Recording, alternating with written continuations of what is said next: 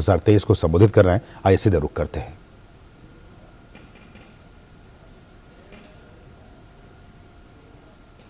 मैं डॉक्टर राजेंद्र प्रसाद जी को नमन करता हूँ। देश के प्रथम राष्ट्रपति, भारत रत्न, पर उनका सबसे महत्वपूर्ण योगदान भारत की विधायिका को मजबूत करने का रहा है। संविधान सभा के अध्यक्ष के रूप में 3 वर्ष तक आपने पालन किया।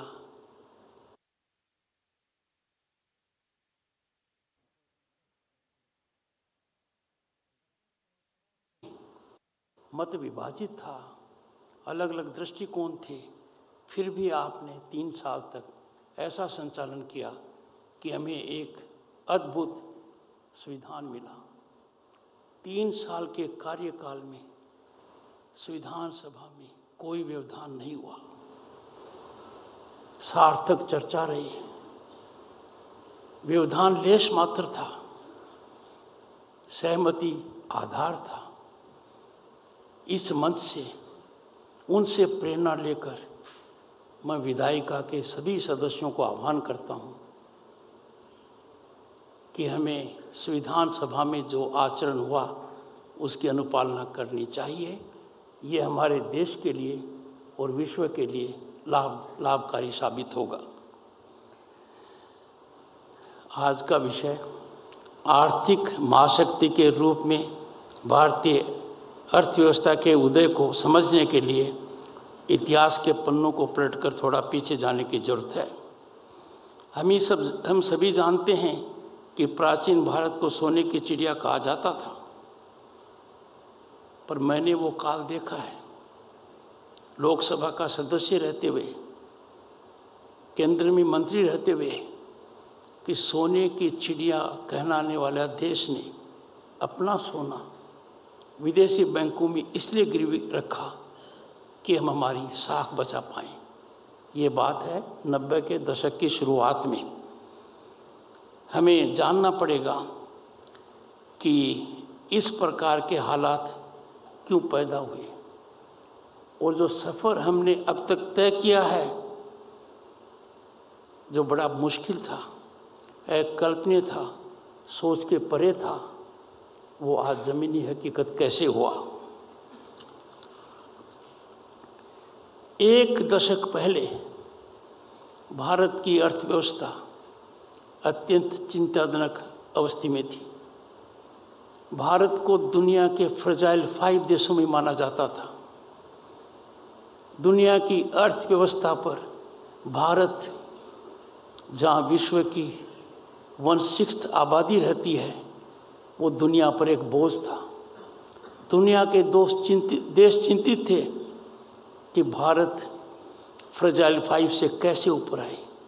ये मात्र 1 दशक पहले की बात है, और आज का नतीजा यह है कि हमने यूके को और फ्रांस को पीछे छोड़कर 2022 में एक महारत हासिल किया, और भारत दुनिया की 5वीं बड़ी महाशक्ति बना।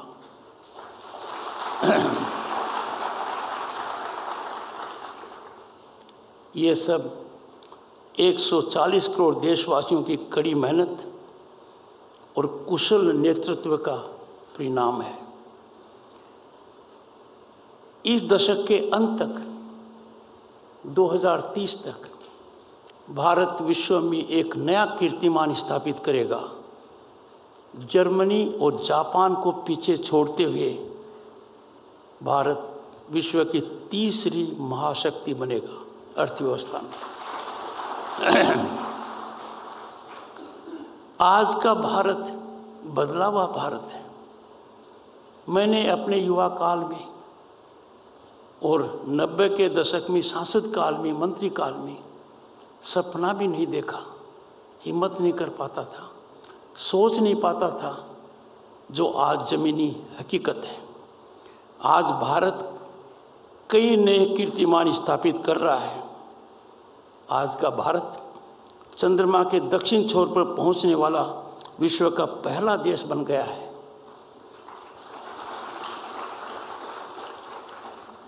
भारत ने चांद पर अमिट छाप छोड़ी है। तिरंगा और शिव शक्ति पॉइंट, ये भारत की सफलता का एक संकेत है। अगर आधारभूत ढांचे के निर्माण की बात करें तो भारतीय उपलब्धियां जैसे चिनाब पुल का निर्माण, जो कि विश्व में सबसे ऊंचा रेल पुल है, हमारी अक्षमता और यांत्रिक दक्षता को दर्शाता है।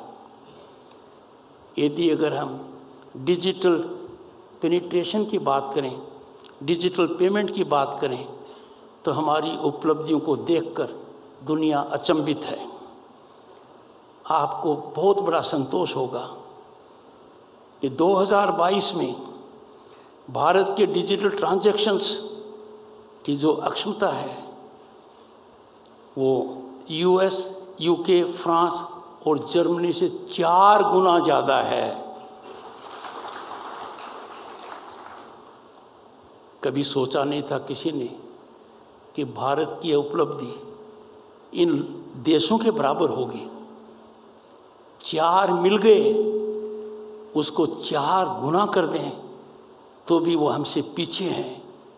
ये वो भारत है जो अपने अतीत में जो था उस ओर अग्रसर है। हम इंटरनेट कंजम्पशन की बात करें तो दुनिया आश्चर्यचकित है। वो समझते थे कि भारत में शिक्षा का प्रसार ज़्यादा नहीं है, पर जब इंटरनेट कंजम्पशन की बात की, प्रति व्यक्ति कंजम्पशन की बात की, तो पता लगा कि हमारी उपलब्धि चीन और यूएसए से ज़्यादा है, और चीन और यूएसए को मिला लो तो भी उनसे ज़्यादा है।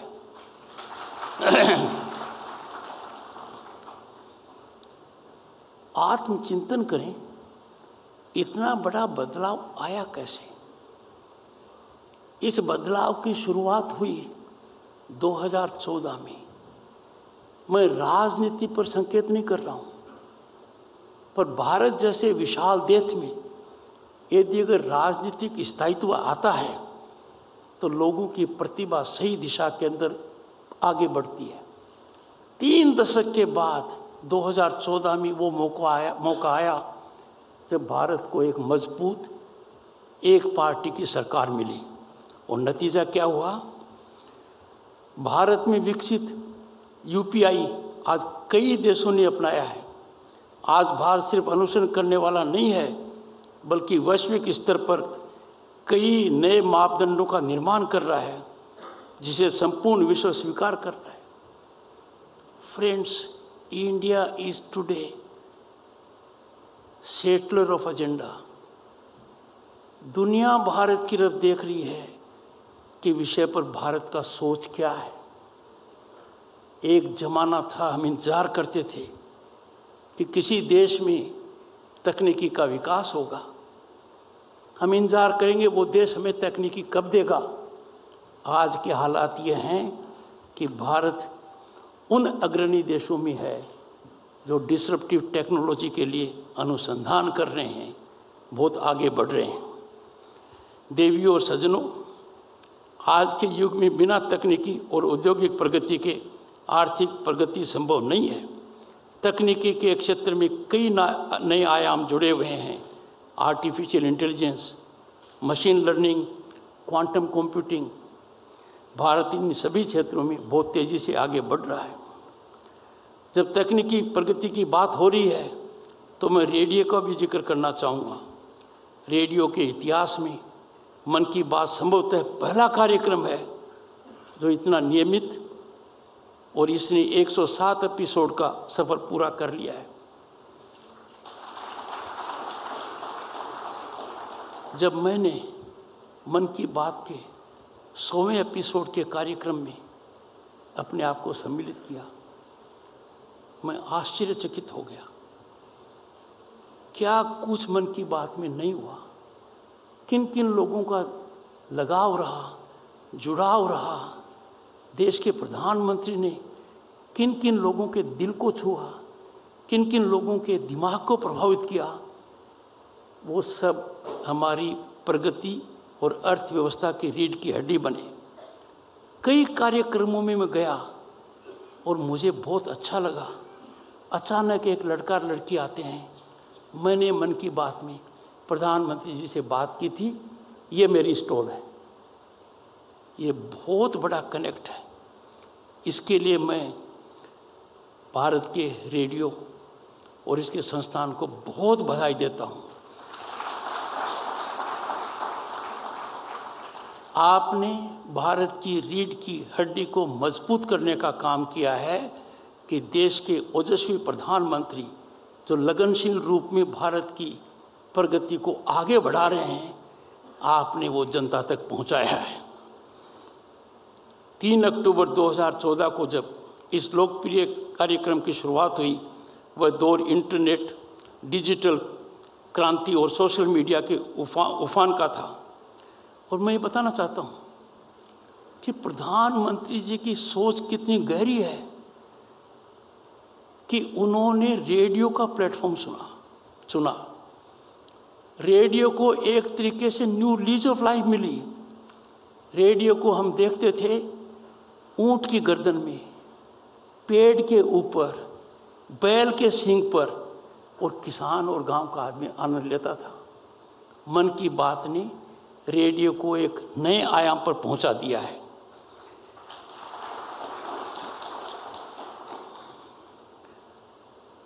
आज मन की बात देश के जन की बात बन गई है और लोगों तक सार्थक तरीके से पहुंच रही है। मन की बात में प्रधानमंत्री अब तक 700 से अधिक प्रतिष्ठित व्यक्तियों और लगभग 270 संगठनों का उल्लेख कर चुके हैं।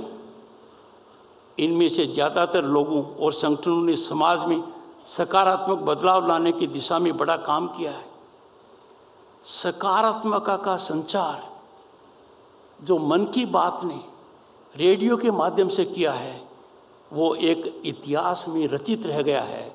This is the most impactful transformational revolution in the largest democracy on the planet, home to 1/6 of humanity. प्रधानमंत्री मोदी की लोकप्रियता की वजह से रेडियो के श्रोताओं की संख्या में जबरदस्त उछाल आया है। आकाशवाणी के पूरे नेटवर्क पर 22 भारतीय भाषाओं, 29 बोलियों और 11 विदेशी भाषाओं में इस कार्यक्रम का प्रसारण हो रहा है। मौजूदा सरकारों के प्रयासों का ही नतीजा है कि आज भारत में विश्व में तीसरे सबसे बड़े स्टार्टअप इकोसिस्टम के रूप में उभरा है। भारत के युवाओं का कौशल है और प्रतिभा है और इसका लोहा पूरे विश्व ने माना है। Friends, when we come to unicorns, India's position in the world is one. We are at number 1. आप थोड़ा सा आत्मचिंतन करेंगे कि हमने इतनी बड़ी सफलता कैसे हासिल की, अर्थव्यवस्था आगे क्यों बढ़ रही है। इसका एक मूल कारण है शासन व्यवस्था में ऐसा बदलाव जिसने सभी को उत्साह के मोड में डाल दिया। एक जमाना था सरकारी दफ्तरों में दलालों का बोलबाला था, भ्रष्टाचार हमारे पृष्ठभूमि में फंस गया था। बिना भ्रष्टाचार से समझौता किए हुए कोई निर्णय नहीं हो सकता था। Power corridors were infested by lies and agents, power brokers who extra legally leverage decision making। पर ऐसा बदलाव आया जिसकी किसी ने कल्पना नहीं की थी और आज के दिन सरकारी तंत्र पूरी तरह से भ्रष्टाचार मुक्त है और भारत की जो शासकीय व्यवस्था है जिसमें अधिकारी रीढ़ की हड्डी हैं, उन अधिकारियों को अपनी प्रतिभा दिखाने का मौका मिला है और मैं उनको धन्यवाद देता हूं। वो साधुवाद के पात्र हैं कि उनकी योग्यता का फायदा भारत के जनमानस को मिल रहा है। पिछले कुछ वर्ष में सिर्फ भारत की अर्थव्यवस्था ही नहीं, उसका वैश्विक सम्मान और वैश्विक साख भी कई गुना बढ़ी है। ये मैं समझता हूं कि विवाद का विषय रहा ही नहीं। भारत की आवाज दुनिया के परिप्रेक्ष्य में सुनी जाती है। भारत का किस मुद्दे पर क्या मत है, हर कोई उस ओर देखता है। भारत का प्रधानमंत्री विश्व के शिखर नेताओं में एक है। भारत का हर निर्णय राजनीति में हो चाहे कूटनीति में हो, भारत के हित को देखकर होता है। आज भारत मजबूर भारत नहीं है, आज भारत मजबूत भारत है।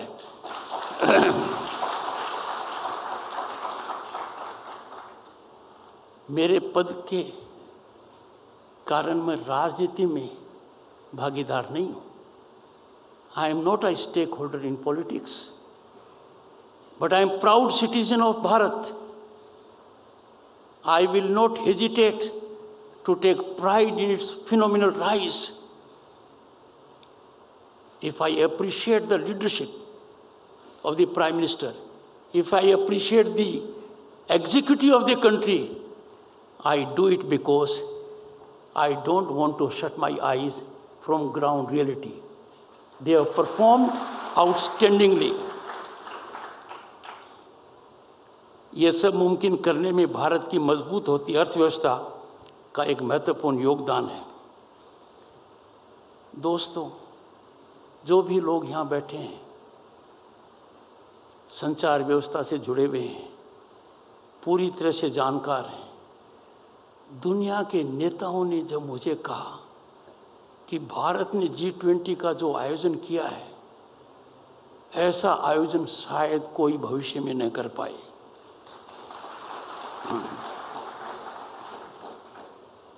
देश के अंदर हर प्रांत में, हर यूनियन टेरिटरी में G20 का कार्यक्रम हुआ है। 60 लोकेशंस एंड 200 इंटरेक्शंस। जो लोग विदेश से आए, उन्होंने भारत की 5000 साल पुरानी प्राचीन व्यवस्था, सांस्कृतिक विरासत और यहां के जनमानस की योग्यता को खुली आंखों से देखा। मुझे बहुत अच्छा लगा जब युवा साथी भी आए और मेरी उनसे चर्चा हुई। कुछ ने भावुक होकर कहा, मन करता है हम सदा भारत में ही रहें। ये कितना बड़ा संतोष का विषय है। G20 की जो उपलब्धि है वो अर्थव्यवस्था के मामले में बहुत मजबूत है। G20 में वो कुछ हासिल हुआ जिसकी कल्पना कोई कर नहीं सकता था। G20 में मित्रों, यूरोपियन यूनियन एक सदस्य है। उस G20 में भारत के प्रधानमंत्री की सोच की वजह से अफ्रीकन यूनियन एक परमानेंट सदस्य बना। ये कितनी बड़ी समानता विश्व के अंदर हुई है, इसका अंदाजा नहीं लगा सकते। व्यापारिक दृष्टि से जो नया कॉरिडोर चालू किया गया, भारत, मिडिल ईस्ट और यूरोप, पुराने जमाने में था, उसको जीवित कर दिया गया। ये भारत की उपलब्धि है। दुनिया सोच रही थी कि क्या G20 में दिल्ली डिक्लेरेशन आम राय से बन पाएगा। आम राय से बना, क्योंकि हमारी प्राचीन सभ्यता का यह मूल मंत्र है जो हमने विश्व को दिया है और विश्व ने उसको अपनाया है। अर्थव्यवस्था का लगाव सबसे ज्यादा इस बात से होता है कि क्या देश का हर नागरिक, हर नवयुवक, हर नवयुवती अपनी प्रतिभा को दिखा सकती है। There is an ecosystem now in place where every young mind can unleash his or her energy, fully exploit potential and talent, realize dreams and aspirations. Here, level playing field is the greatest reflection of equality before law. कभी सोचा नहीं था और कुछ लोग इस भ्रम में इतने हो गए थे कि हम कानून से ऊपर हैं। ये भ्रम टूट गया है, ये भ्रम चकनाचूर हो गया है, क्योंकि प्रजातंत्र का सबसे बड़ा मूल मंत्र है कि कानून सर्वोपरि है। प्रजातंत्र कायम नहीं रह सकता यदि अगर कोई अपने आप को कानून से ऊपर मानता है। हर देश के नागरिक का आज उत्तरदायित्व है कि वो इस बात को आगे तब बढ़ाएगा जब प्रश्न पूछेगा कि आपको न्यायालय से नोटिस मिला है तो आप सड़क पर क्यों हैं, आप न्यायालय में क्यों नहीं हैं। ये आपके सोचने की बात है। मेरे जीवन का वो काल, वो दिन मैं भूल नहीं सकता, और वो था 20 और 21 सितंबर 2023। 3 दशक तक प्रयास होते रहे कि महिलाओं को लोकसभा और विधानसभाओं में 1/3 आरक्षण मिले। सार्थक प्रयास हुए पर सफल नहीं हो पाए। वर्तमान प्रधानमंत्री के नेतृत्व में उनके प्रयासों की वजह से सब एक मत के हुए और भारत की संसद ने दुनिया के लिए एक प्रमाण प्रस्तुत किया और इतिहास रचित किया।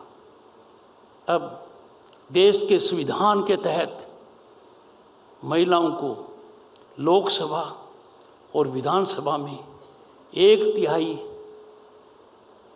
प्रतिनिधित्व का अधिकार मिला है। ये बहुत बड़ी उपलब्धि है। इससे बहुत बड़ा बदलाव आएगा और अर्थव्यवस्था और भी ज़्यादा छलांग लगाएगी कि जब भारत 2047 में अपने आज़ादी का महापर्व मना रहा होगा, सेंटिनियल सेलिब्रेशंस होंगे, भारत दुनिया के सर्वश्रेष्ठ देशों के ऊपर होगा। Will be विश्वगुरु।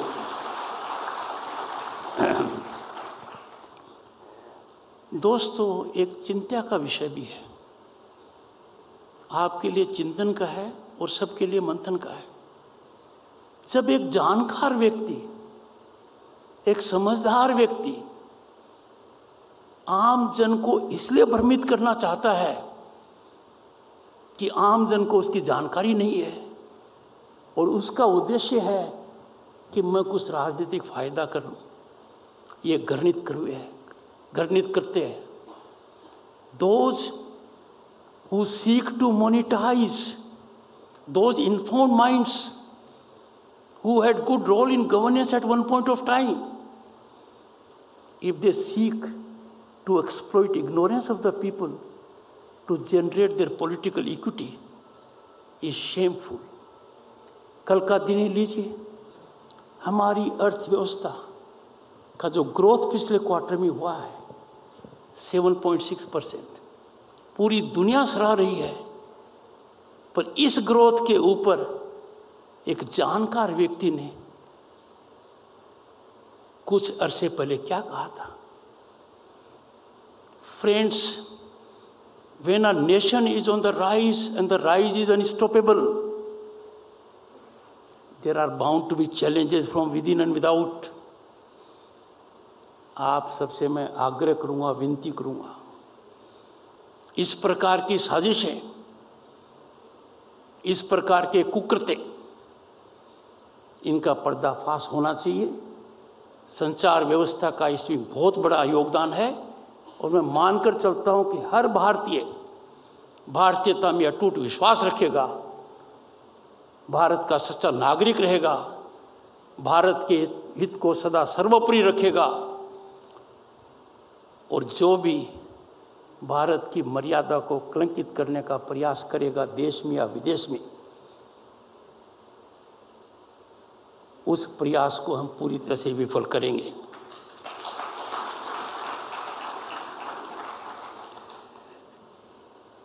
आज के दिन मैं ये भी कहना चाहूंगा कि हर देश के उत्थान में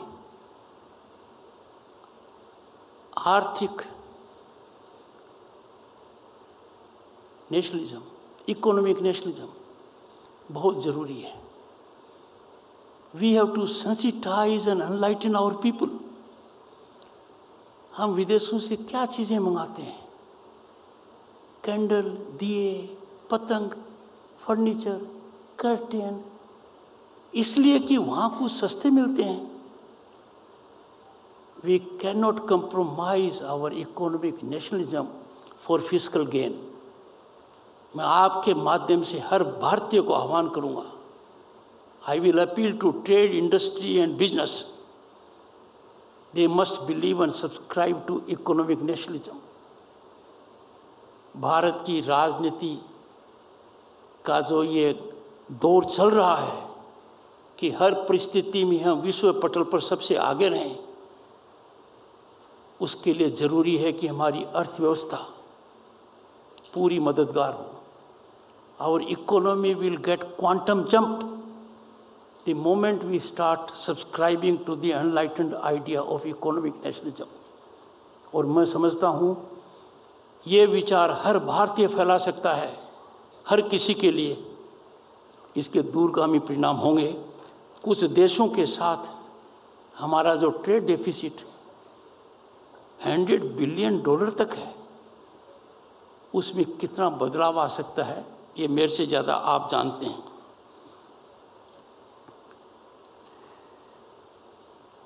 एक बात और मैं आपको बताना चाहूंगा, क्योंकि जिस संचार माध्यम से मैं आज बोल रहा हूं, उस संचार माध्यम की पहुंच बहुत दूर तक है। हमारे देश का रॉ मटेरियल जब बाहर जाता है तो मन में बड़ी पीड़ा होती है। सामने दिखता है, क्या हम इसमें वैल्यू ऐड नहीं कर सकते? दूसरा देश जो कर सकता हम क्यों नहीं कर सकते? When we will add value to our raw material, there will be employment, there will be blossoming of entrepreneurship, जो इकोनॉमिक नेशनलिज्म में होगी, दोनों में होगी।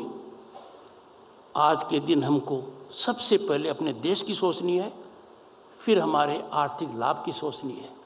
पर किसी भी परिस्थिति में आर्थिक लाभ के लिए देश हित को तिलांजलि नहीं दी जा सकती। ये हमारे देश की मूल भावना रहनी चाहिए और हमारी अर्थव्यवस्था का मजबूत आधार होना चाहिए। दोस्तों, दुनिया के वो कौन से देश हैं जो सांस्कृतिक विरासत में हमारा मुकाबला कर सकते हैं? पर हमने रास्ता छोड़ दिया था। गत दशक में हमने रास्ता वापस पकड़ लिया है।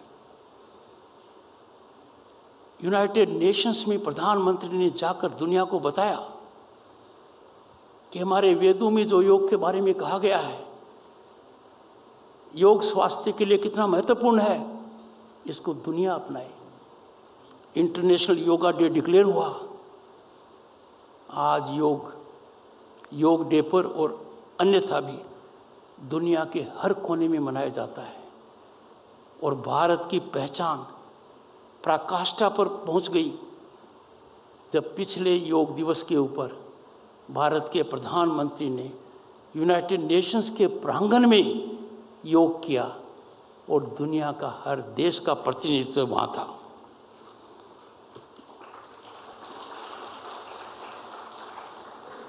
दुनिया के सामने चुनौती बहुत है, वो अर्थव्यवस्था से जुड़ी हुई है। क्लाइमेट चेंज उनमें एक है, भयानक है। Reckless use of natural resources दूसरा है। हमारी सांस्कृतिक धरोहर है जिसको गांधी जी ने पूरी तरह दुनिया को बताया कि इस प्लेनेट पर हर व्यक्ति की आवश्यकता के लिए सब कुछ है। This planet has everything for everyone's need but not for greed. हमें एक बात का संचार करना होगा, विश्वास व्यक्त करना होगा कि नेचुरल रिसोर्सेज के कंजम्पशन में, उनके उपभोग में हम ये नहीं कह सकते कि मेरे पास आर्थिक ताकत है, मेरी जेब मजबूत है, तो मैं चाहे जितना पानी का, चाहे जितने पेट्रोल का, चाहे जितने गैस का उपयोग करूंगा। यह संभव नहीं है। Optimal utilisation of natural resources is fundamental because we are trustees of it. Bharat ने दुनिया को एक नया रास्ता इस बारे में दिखाया है, जो एक अत्यंत कारगर साबित हो रहा है। हमने कहा कि हम तो विश्व को एक कुटुंब मानते हैं, वासुदेव कुटुंबकम। G20 का मोटो भी यही है। पर कड़ी से कड़ी परिस्थिति में खुद पीड़ा सहते हुए भारत ने दुनिया के सामने इसका श्रेष्ठ उदाहरण रखा है। जब कोविड की चपेट में पूरी दुनिया थी और हम भी थे, भारत ने सिर्फ अपने 130 से ज्यादा करोड़ लोगों का ध्यान नहीं दिया, दुनिया के 100 से ज्यादा देशों तक भी बात पहुंचाई। उन देशों के लोग, उन देशों का नेतृत्व जो मुझे कहता है, honourable vice president, we are greatly obligated to India for making available to us Covaxin while India itself was facing a challenge.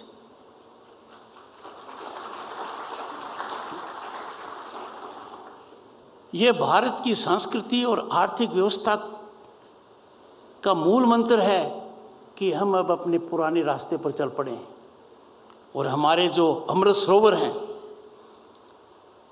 इसको मिशन मोड के अंदर हमने चालू किया है, वरना हम भटक गए थे। गांव की तो ये जीवन रेखा है, अब उनको वापस जीवित किया जा रहा है, जो आगे तक कारगर साबित होगा।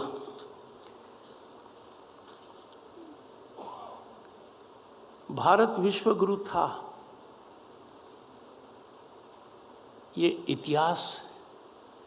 भारत विश्व गुरु के रास्ते पर अब चल रहा है, ये हकीकत है। भारत 2047 में विश्व गुरु बनेगा, ये हमारा सोच है, तो निश्चित रूप से आप लोगों के प्रयास से, नवयुगों के प्रयास से सार्थक होगा। देश के युवाओं को मैं खास तौर से कहना चाहूंगा, हमारे सामने चुनौतियां थी, अवसर नहीं थे। हमारा आगे बढ़ना बहुत मुश्किल था। पढ़ाई के लिए कई किलोमीटर पैदल चलना पड़ता था। हमें स्कॉलरशिप मिल गई तो हमें अच्छी शिक्षा मिल गई। बिजली नहीं थी, पानी नहीं था, सड़क नहीं थी। आज देखिए, आज का भारत, गांव के अंदर भी आपको ये सब सुविधाएं मिलेंगी, जो एक नया कंसेप्ट है, जिसको आप समझिए, लोगों को समझाइए। स्मार्ट सिटीज, एस्पिरेशनल डिस्ट्रिक्ट्स, ये बहुत दूरगामी सोच है। ये आखिरी स्थान पर जो व्यक्ति बैठा है, उसको ऊपर उठाने वाला है। कहते हैं अर्थव्यवस्था देश की क्यों बढ़ी?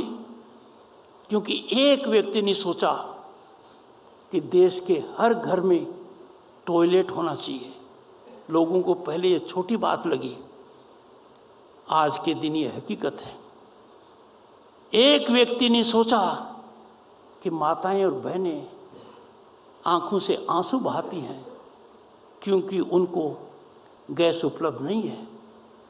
एक व्यक्ति ने महसूस किया कि सरकारी तंत्र का फायदा बिना बिचौलियों के तभी मिल सकता है जब बैंकिंग इंक्लूजन हो। नतीजा, हमने देश की अर्थव्यवस्था में बैंकिंग इंक्लूजन एक्सप्लोजन का भारी योगदान देखा है। कौन कल्पना कर सकता था कुछ समय पहले कि ऐसी अर्थव्यवस्था होगी कि देश के 11 करोड़ किसानों तक साल में 3 बार सरकारी धन पहुंचेगा। यह धन 2,70,000 करोड़ से ज्यादा पहुंच चुका है। इसकी उपलब्धता इस बात में नहीं है कि सरकारी तंत्र मजबूत है, इसकी उपलब्धता इस बात में है कि सरकारी तंत्र ने किसान को इतना मजबूत कर दिया है कि किसान सीधा बिना बिचौलिए के अपने अकाउंट में आपकी सहायता प्रदान करने को तैयार है। यह बदलता हुआ भारत है जो आज हम देख रहे हैं। इसलिए मैं युवाओं से कहना चाहूंगा, आज अवसरों की कोई कमी नहीं है। मौजूदा समय में भ्रष्टाचार और वंशवाद का कोई मायना नहीं है। आपके आड़े ये नहीं आ सकते हैं। आपको सिर्फ सोचने की आवश्यकता है।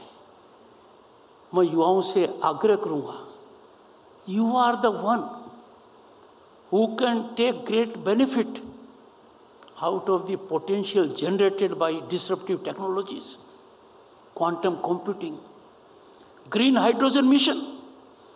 आप यदि सोचेंगे तो आने वाले 8-10 साल के अंदर ग्रीन हाइड्रोजन मिशन की वजह से 5 से 6 लाख लोगों का एम्प्लॉयमेंट होगा, and it will add value to the economy to the extent of 7 to 8 lakh crores. इसका फायदा आप उठा सकते हैं। आज के दिन आपको अपने पाथ पर अग्रसर होने के लिए पीछे इसलिए नहीं देखना है कि मेरे परिजन क्या करते थे, मैं किनका बेटा हूं, कौन से आर्थिक पहलू पर हमारी पकड़ है। These are innovative ideas. You can engage in them. दुनिया ने कर दिखाया, पर अब भारत इनमें सबसे ज्यादा आगे है। आप यूनिकॉर्न्स की बात करेंगे, स्टार्टअप्स की करेंगे, वो सब नए बच्चों ने किया है। अंत में आप सबसे विनम्र आग्रह करना चाहूंगा, अपने देश पर, देश की महान उपलब्धियों पर गर्व कीजिए। विश्व शक्ति के रूप में भारत का उदय निश्चित है, ये होकर रहेगा। हम इस पर अग्रसर हैं, तीव्र गति से अग्रसर हैं, और दुनिया ने भारत के लोहे को पहचान लिया है। आज के दिन जो डिजर्व करता है उसके लिए कोई बाधा नहीं है। व्यवस्था उसके लिए सकारात्मक रास्ता तैयार कर चुकी है। जो योग्य है अंततः है उसको हक मिलकर रहेगा। इसी के साथ मैं सचिव अपूर्व जी को, उनके सभी साथियों को धन्यवाद देता हूं कि एक ऐसे महान पुरुष की याद में, स्मृति में जो व्याख्यान है, उस अवसर पर आपने मुझे दुनिया के 1/6 ऑफ ह्यूमैनिटी वाले देश में, सबसे पुराने प्रजातंत्र में, मदर ऑफ डेमोक्रेसी में मेरे विचार इस माध्यम से साझा करने का अवसर दिया कि मेरे विचार देश के हर व्यक्ति के पास रेडियो के माध्यम से पहुंचेंगे। आप सभी को बहुत बहुत धन्यवाद। बहुत बहुत आभार। दिव्य सज्जनों, आइए हम सब खड़े होकर आभार व्यक्त करें माननीय उपराष्ट्रपति महोदय का।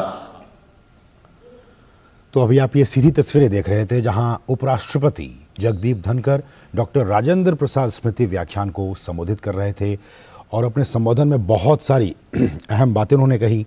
सामाजिक, राजनीतिक, आर्थिक और सांस्कृतिक इन तमाम क्षेत्रों में भारत ने बीते वर्षों में क्या कुछ सफलता हासिल की है, इस बात का विस्तार से उन्होंने जिक्र किया।